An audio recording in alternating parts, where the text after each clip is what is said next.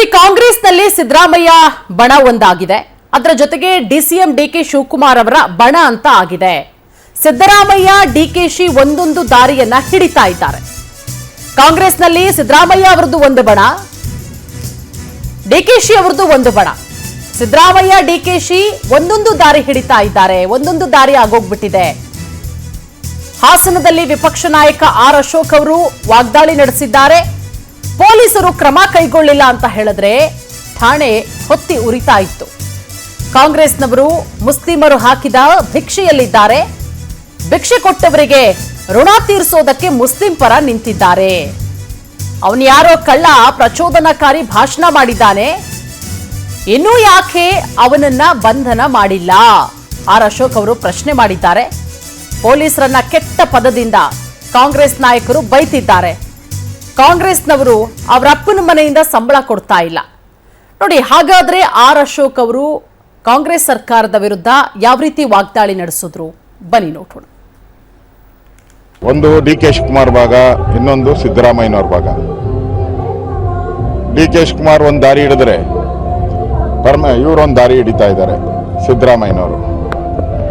ಈಗ ಅಲ್ಲಿ ಸ್ಪಷ್ಟವಾಗಿ ಕಾಣ್ತಾ ಇರೋವಂಥದ್ದು, ಪೊಲೀಸ್ ಸ್ಟೇಷನ್ ಮೇಲೆ ಹಲ್ಲೆ ಮಾಡೋಕ್ಕೆ, ಪೊಲೀಸರನ್ನು ಹಲ್ಲೆ ಮಾಡಿ ಗಾಯ ಮಾಡಿರೋವಂಥದ್ದು, ದಾಂಧಲೆ ಮಾಡೋವಂಥದ್ದು. ಇದೇನು ಮೊದಲಲ್ಲ, ಹುಬ್ಳಿಯಲ್ಲಾದಾಗಲೂ ಕೂಡ ಪೊಲೀಸ್ ಸ್ಟೇಷನ್ನೆಲ್ಲ ಹೊಡೆದಾಕಿದ್ರು, ಕಾರುಗಳನ್ನು ಸುಟ್ಟಾಕಿದ್ರು, ಪೊಲೀಸ್ ಕಾರುಗಳನ್ನು. ಅದರ ರಿಪಿಟೇಷನ್ನ ಇಲ್ಲಿ ಮಾಡ್ತಾ ಇದ್ದಾರೆ. ಪೊಲೀಸರೇನಾದರೂ ಮುಂಜಾಗ್ರತಾ ಕ್ರಮ ತೆಗೆದುಕೊಂಡಿರಲಿಲ್ಲ ಅಂದರೆ ಇಡೀ ಪೊಲೀಸ್ ಸ್ಟೇಷನ್ನು ಹತ್ತಿ ಉರಿತಾ ಇತ್ತು, ಇಡೀ ಪೊಲೀಸ್ ಸ್ಟೇಷನ್ ಧ್ವಂಸ ಆಗ್ತಾ ಇತ್ತು. ಆದರೆ ಪೊಲೀಸರು ಅವ್ರು ಹಾಕಿದ್ದ ಭಿಕ್ಷೆಯಲ್ಲಿರುವಂಥವ್ರು, ಕಾಂಗ್ರೆಸ್ ಅವರು ಅವ್ರು ಹಾಕಿದ ಭಿಕ್ಷೆಯಲ್ಲಿರೋದ್ರಿಂದ ಋಣ ತೀರಿಸ್ಬೇಕಲ್ಲ ಕಾಂಗ್ರೆಸ್ ಅವರು. ಭಿಕ್ಷೆ ಕೊಟ್ಟವ್ರಿಗೆ ಋಣ ತೀರಿಸ್ಬೇಕಲ್ಲ. ಆ ಋಣದಲ್ಲಿ ಇವತ್ತು ಕಾಂಗ್ರೆಸ್ ಅವರು ಮುಸಲ್ಮಾನರ ಪರವಾಗಿ ನಿಂತ್ಕೊಂಡು, ಕರೆಕ್ಟು, ಯಾರೋ ಸಣ್ಣ ಹುಡುಗರು, ಅವ್ರ ಬುದ್ಧಿ ಇಲ್ಲ, ಭಾಷಣ ಮಾಡಿರೋದು ಹೆಂಗೆ ಭಾಷಣ ಮಾಡಿದ್ದಾನೆ ಅವನು ಯಾವನು ಕಳ್ಳ. ಭಾಷಣ ಹೆಂಗೆ ಮಾಡಿದ್ದಾನೆ ಅಂದರೆ ಬೆಂಕಿ ಹಚ್ಚೋಕ್ಕೆ ಏನೇನು ಹೇಳಬೇಕೋ ಅಷ್ಟು ಹೇಳಿದ್ದಾನೆ. ಅವನ್ನ ಇದುವರೆಗೂ ಬಂಧಿಸಿಲ್ಲ. ಪೊಲೀಸವ್ರಿಗೆ ಕಾಮನ್ ಸೆನ್ಸ್ ಇಲ್ಲ. ಈ ಥರದ್ದೆಲ್ಲ ಪದ ಉಪಯೋಗಿಸ್ತಾರೆ. ಪೊಲೀಸವ್ರಿಗೆ ಸಂಬಳ ಕೊಡೋದು ಇವ್ರ ಅಪ್ಪನ ಮನೆಯಿಂದ, ಕಾಂಗ್ರೆಸ್ ಅವ್ರ ಅಪ್ಪನ ಮನೆಯಿಂದ ಸಂಬಳ ತಂದು ಕೊಡ್ತಾ ಇಲ್ಲ. ಅವ್ರಿಗೆ ಬ್ಯಾಡ್ಜ್ಗಳು ಕೊಟ್ಟಿರೋದು, ಸ್ಟಾರ್ಗಳು ಕೊಟ್ಟಿರೋದು ಇವ್ರ ಅಪ್ಪನ ಮನೆಯಿಂದ, ಕಾಂಗ್ರೆಸ್ ಅವ್ರ ಅಪ್ಪನ ಮನೆಯಿಂದ ತಂದು ಕೊಟ್ಟಿಲ್ಲ. ಸರ್ಕಾರದ ಜನಗಳ ದುಡ್ಡು, ಪಬ್ಲಿಕ್ ಟ್ಯಾಕ್ಸ್ ಅಲ್ಲಿ ಕೊಟ್ಟಿರೋದು.